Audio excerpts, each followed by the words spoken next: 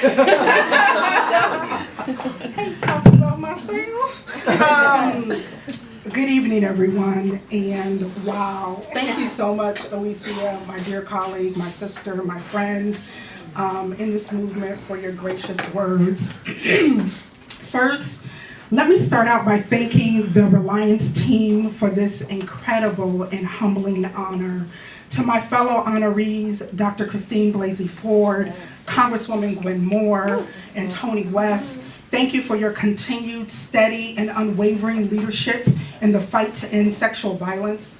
It is a pleasure to share this time with each of you, and I thank you for your service.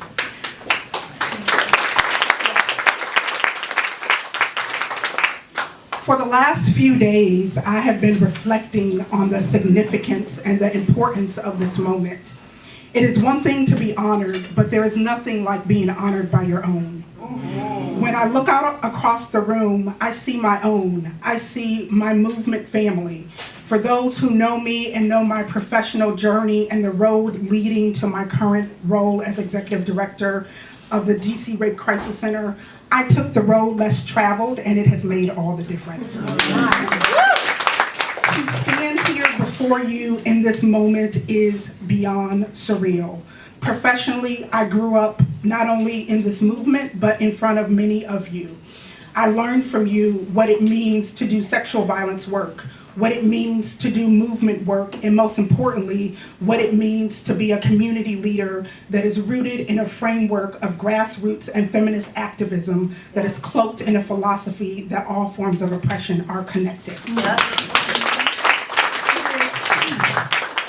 It is this framework of grassroots and feminist activism that was reignited when the phone rang and we were asked to provide on-site crisis support to survivors of sexual violence on Capitol Hill who were being impacted during the Kavanaugh hearings, which was a time when the nation and much of the world were focused on Washington, D.C.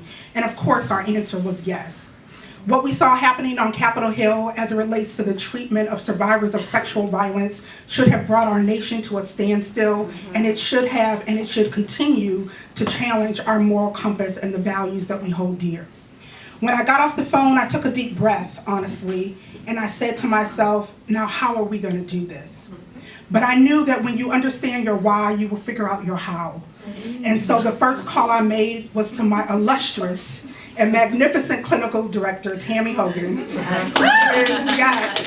the clinical director at our agency and oversees all of our clinical work and support with survivors of sexual violence.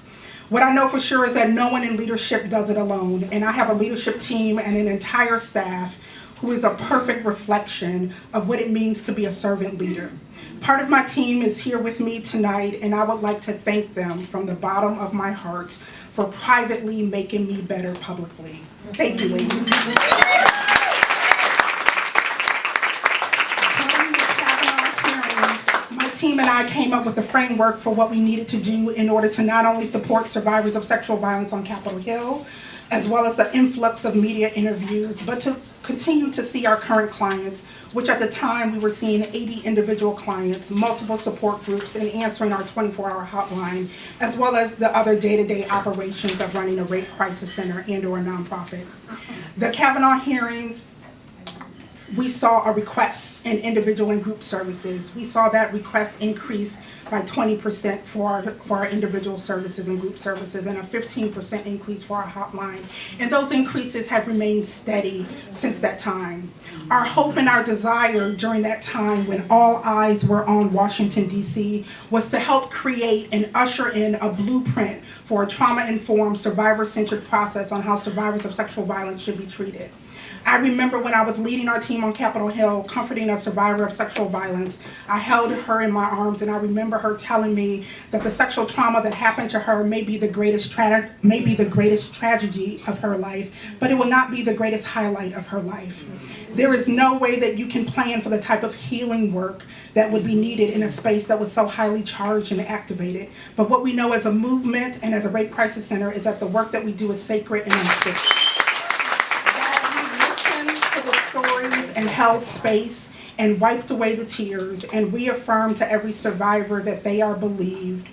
What we also knew is that while we listened to them, they also showed us that there is victory in victimization.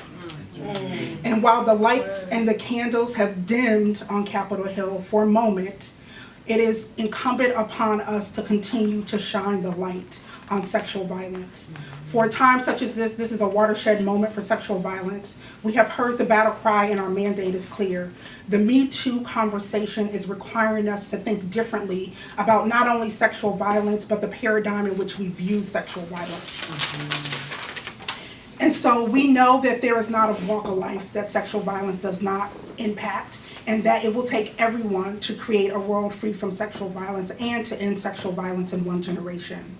We don't know what the history books will say about our movement when it's all said and done, but let's hope they say we were bold, we were courageous, we were inclusive for survivors, and at the end of the day, we not only created multiple choice gates for survivors of sexual violence, but as movement leaders, we set an example for the world in which survivors of sexual violence are the GPS in which we take our directions from.